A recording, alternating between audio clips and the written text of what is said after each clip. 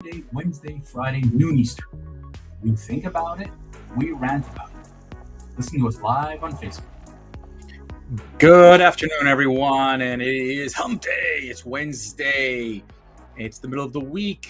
I'm hoping that you're surviving this wonderful week. And I'm David Solomon, flying solo today. My friend Stuart Brisgell is unable to join us today, but we'll be back here on Friday. And so, folks, when Stuart is not here, I usually tend to talk about stuff that is, not up his alley in his realm. But this one, Stuart would have really loved. So, in case you are, following politics around the world, since COVID has began, many leaders have found themselves in the enviable position of declaring emergency powers in their local country and taking control. Democracy was at question for a lot of these countries, and a lot of people were beginning to wonder whether or not they wield too much power, whether or not that some of these leaders, the power has gotten to their head. And the best example of that must be King Justin Trudeau. That's right, the King, the Prime Minister of Canada. I call him the King because, frankly, that's exactly how he's been acting since he got into power. That he believes that democracy, not as important. He could do whatever he wants. We've seen how he's acted with all of the controversies and the scandals that he's gotten away with. Apologized, yes, but what the heck? And then came COVID. And when COVID came, he decided to dissolve parliament and to run the country autocratically, claiming emergency powers, claiming the importance of it. He completely shredded his predecessor, conservative Prime Minister, Mr. Harper. Stephen Harper wanted to do that, and Trudeau absolutely called him out, said it is not democratic. But of course, it's the do as I say, not as I do, Justin Trudeau. And he did that, and for 2 years, that is how he has run. He has run the country as a megalomaniac, as a dictator. Now, it's the old wolf in sheep's clothing. He looks great. He sounds wonderful. He talks well. He goes to talk about the people of Ukraine and cries. He's a crier. He's a drama teacher. By the way, he is a drama teacher. He's great at that. But as a leader, he's terrible. In the most recent incident with the Freedom Convoy that came to Ottawa, Prime Minister Trudeau hid under his bed, told by the RCMP, there might be some violence. So he ran away and disappeared. And as we've seen in the last 4 weeks, by contrast, Vladimir Zelensky in Ukraine, how he acted as a leader, standing with his people, for his people. And Justin Trudeau doesn't really care about his people. That's right, his people. Because that's how monarchs like to talk. So this regent decided that he is in trouble. What's the latest problem? The Conservatives in Canada are about to have a leadership race. There will be a new leader in place within 6 months on the Conservative side. And there are two very solid, very powerful candidates. Pierre Poilievre from Ottawa and Jean Charest from Montreal. Poilievre was a young stud, ready to rock and roll. Jean Charest is a seasoned, grizzled vet who's ready to rock and roll, let alone other leaders who are trying to get into the leadership. But those are your two front runners, and those are powerful people. In all likelihood, Justin Trudeau wet his bed, had to change his diaper, and realized, what can he do to ensure that his minority government doesn't get toppled within the next 12 months? Because in the last election last fall, Justin Trudeau only got a minority. He called an election, and there was no change in the way Canada was put together. And now he is at the risk that within a year, there will be an election if he doesn't do something. So what do all great monarchs do? All right? To protect themselves from being knocked out of power, they forge alliances. Aha. What does Justin Trudeau do yesterday? He announces a deal with the Socialist New Democratic Party of Canada so he could stay in power for 3 more years. That's right. Justin Trudeau made a deal with socialists in order to stay in power. What does it mean? Simply put, Justin Trudeau decided on his own that he'll make a deal with people where he's going to spend money willy-nilly so he could stay in power. So Jagmeet Singh, the leader of the NDP, has become a very powerful man all of a sudden. He is all of a sudden telling Justin, oh, you want my vote? You want my party's vote so that you don't lose? This is what we want. And he had a series of policies that he demanded from Trudeau, and Trudeau absolutely said yes. Dental care for young children, very important. Agreed. Sounds like a great policy. Right? 10-day leave for federal workers.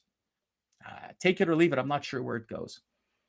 But the idea here is that the NDP is a spending party, not a party that cares about the economics, not a party that's caring about inflation, not a party that's caring about the poor Canadians that are suffering. Although they'll tell you opposite. That's not true because they don't care that there's a spend. Government should just spend. There's no fiscal responsibility. And Justin loves it. Spend, you get a vote. He paid people to stay home. He got votes. So, of course, the NDP makes sense as a party in terms of a partnership, right? But here's a question for you. The most important part, according to Justin Trudeau, is the environment. The environment has been on the forefront. He's criticized the Conservatives. He's criticized other parties for not being in favor of the environment.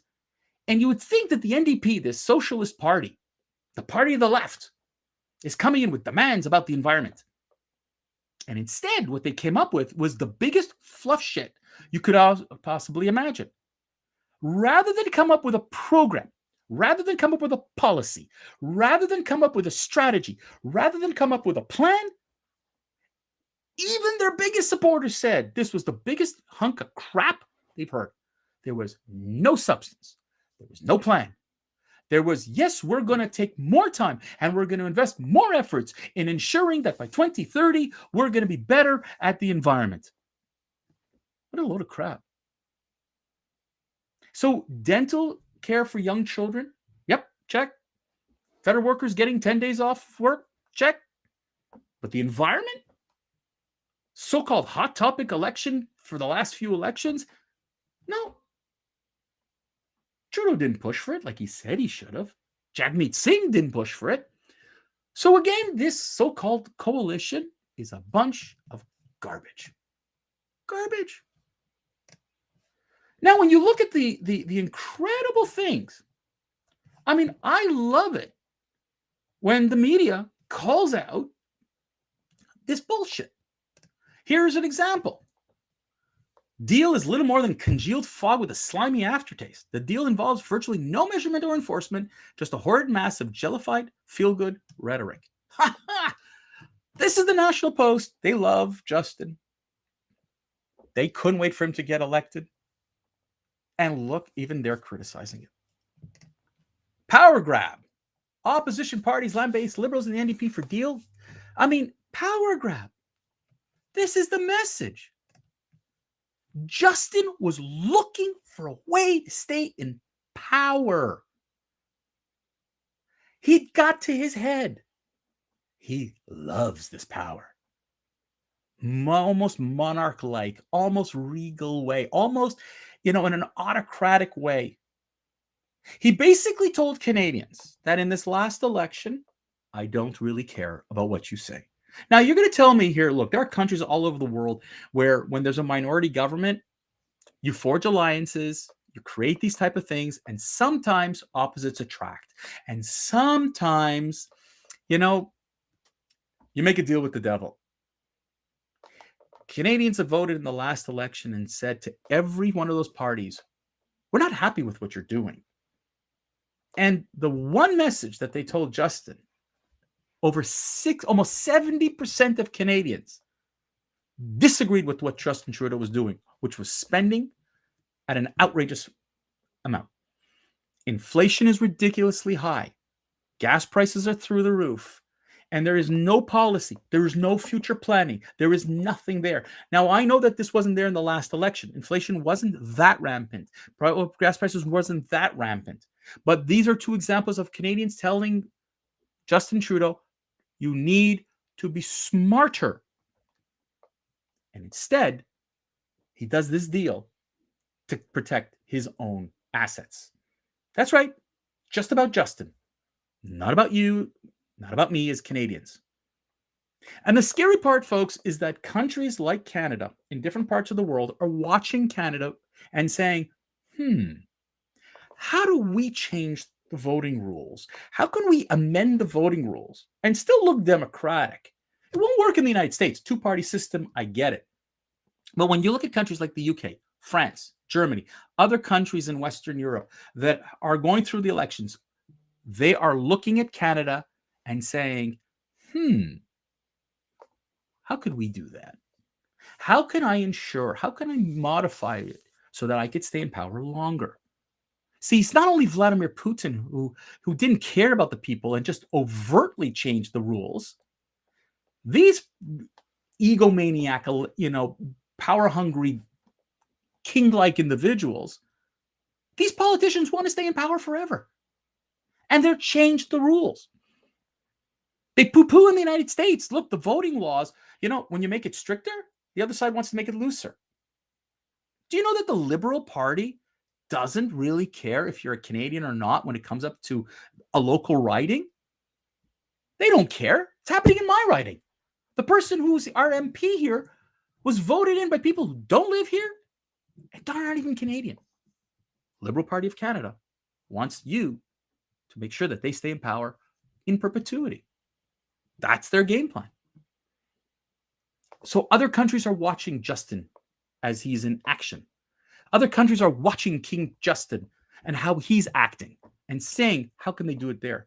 But as Canadians, the only thing we could do is vote.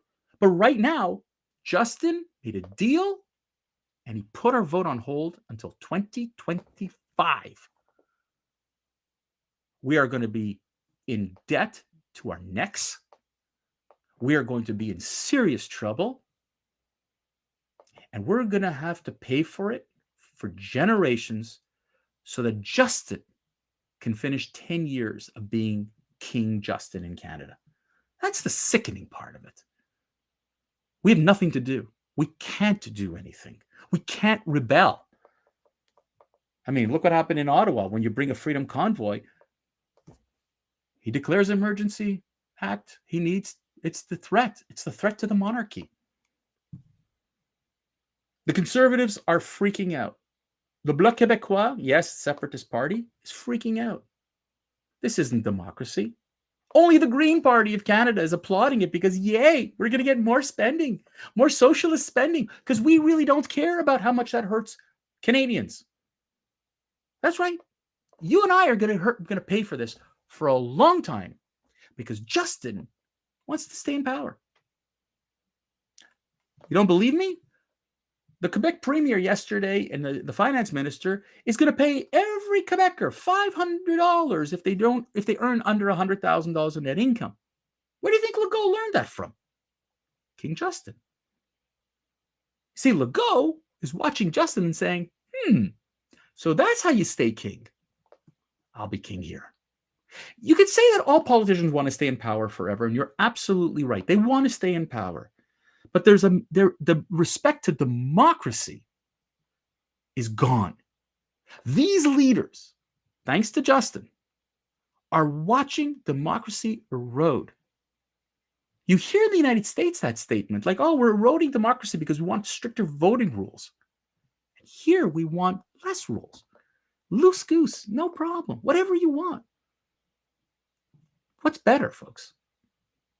What do you think we're going to be like here in 3 years? Now, the NDP is saying, no, I could still vote against if you don't agree with me. Really? Let's see that happen in the next 3 years. Are we going to go to an election, or are we stuck with the monarchy for the next 3.5 years? I hope not. Ladies and gentlemen, thank you so much for listening in today. It's Wednesday. Friday, Stuart will be back, and we look forward to catching up with you then. Stay well, stay safe, and we look forward to hearing from you. Please check us out on therentnetwork.com. Check us out on our Facebook page, our Rumble page, our YouTube page. Share. Go to Buzzsprout. Go to Apple iTunes. Go to everywhere you listen to podcasts. We're all over the place, and we're growing globally. Spread the love, spread the word.